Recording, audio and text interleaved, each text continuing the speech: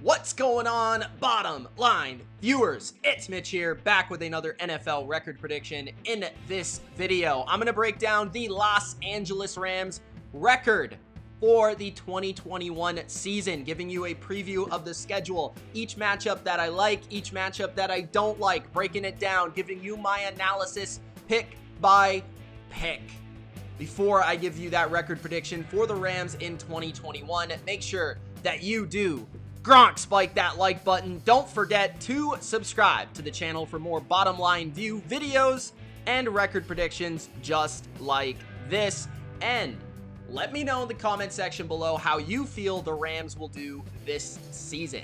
Do you think they're going to be back in the playoffs this year? Do you think they're going to go to the Super Bowl, win the Super Bowl with Matthew Stafford at quarterback? Or do you think they're going to disappoint? Let me know in the comment section below, and let's preview that schedule. The Rams kick off the 2021 season at home on Sunday Night Football versus Matthew Stafford's old rival in the NFC North, the Chicago Bears. He tried to get away from Khalil Mack, but he's actually playing Khalil Mack in week number 1. It's Mack versus Donald, which is pretty fun. There have been two of the faces of defense over the past decade or so. I think this should easily be a win for the Rams. It's set up that way. It's at home. It's in their new stadium. It's under the bright lights. It's a showcase for Matthew Stafford and Sean McVay and what this offense is capable of versus a pretty good defense in week number 1. Stafford has played really well versus the Bears as of late, especially last year. Turn on the film. Was awesome, especially in that game in Chicago last year.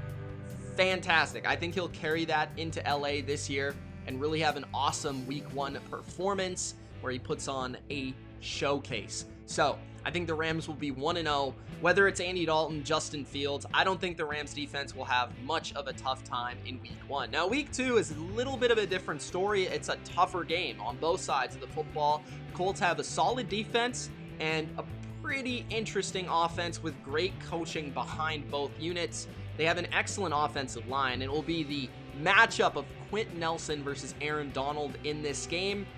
I think the difference in this game will be Matthew Stafford. I think if this was Jared Goff, I might lean towards the Colts in this matchup, but because Stafford, I feel, can really slice and dice, as long as he's protected in this game, that Colts scheme and Colts secondary, I think that is why they win this game, right? I think Carson Wentz is not on that level, and I think the Rams can definitely force some turnovers, some bad plays from Carson Wentz, especially early in the year where he's getting used to his teammates and the continuity of the offense. I think the Rams should be able to capitalize and win this game in Indianapolis in the Dome. Week 3, they play the Bucs. Now this is where I think the Rams and, having a new quarterback and some new pieces on defense is really going to hurt them, because they're playing the elite team in the NFL, the best team in the league, in week 3. If this game was like week 14, week 15, or even the playoffs, I'd say this game would be much more interesting or compelling to me. But I think because it's week 3, with the Bucs having that chemistry, having everybody coming back and all of that, even though the Rams beat them last year, because there's new pieces all over, I don't think it hurts them in the games early where they're just much better than the other team.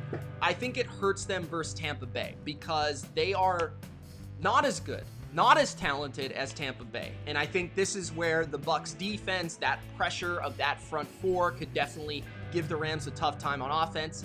And then that offense of Tom Brady, the balance that it poses, that great offensive line, all the weaponry, it's just tough to deal with. So while I feel like the Rams actually have the best chance of any NFC team to beat the Bucs in a big game in January, I think they will lose the first time they play at the very least. If they see them again, we'll have to find out. Week 4, the Cardinals at the Rams. I have the Rams bouncing back in this game.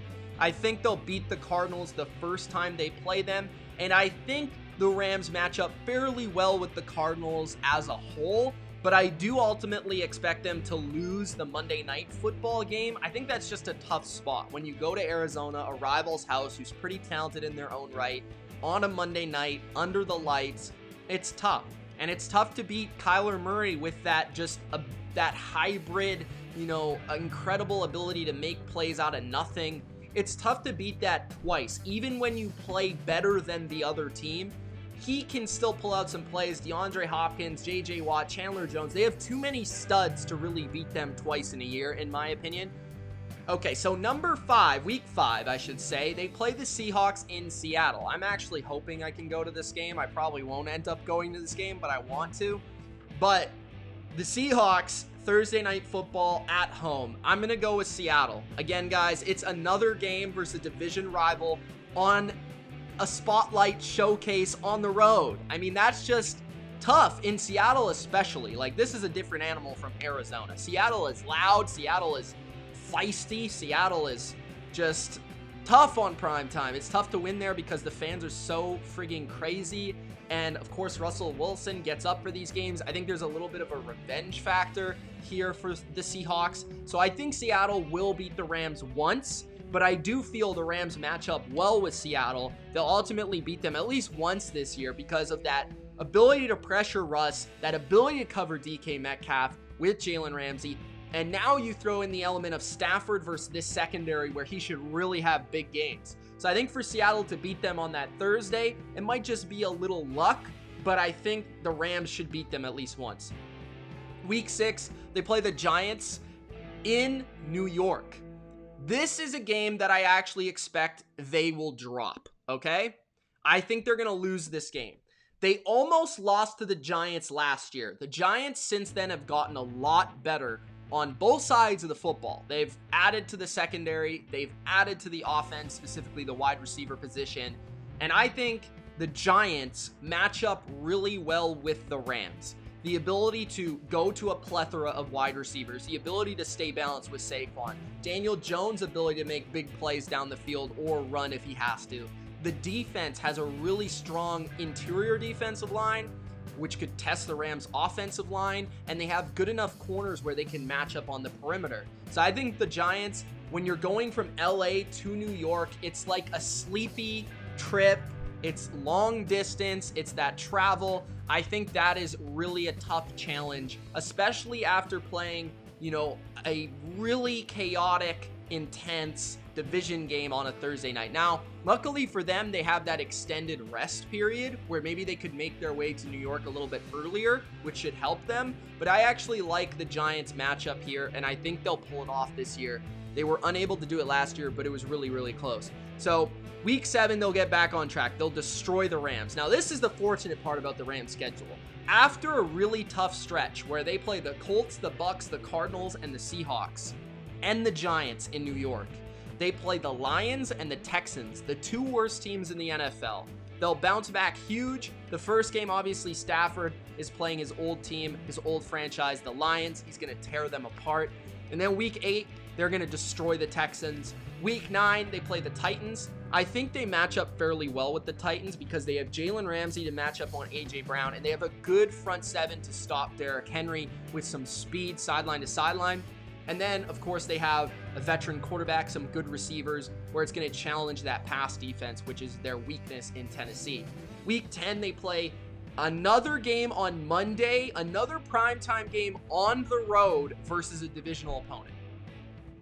I think they lose this game, guys. So I think they lose to the Niners. They've typically struggled with the Niners the most out of all of the divisional opponents.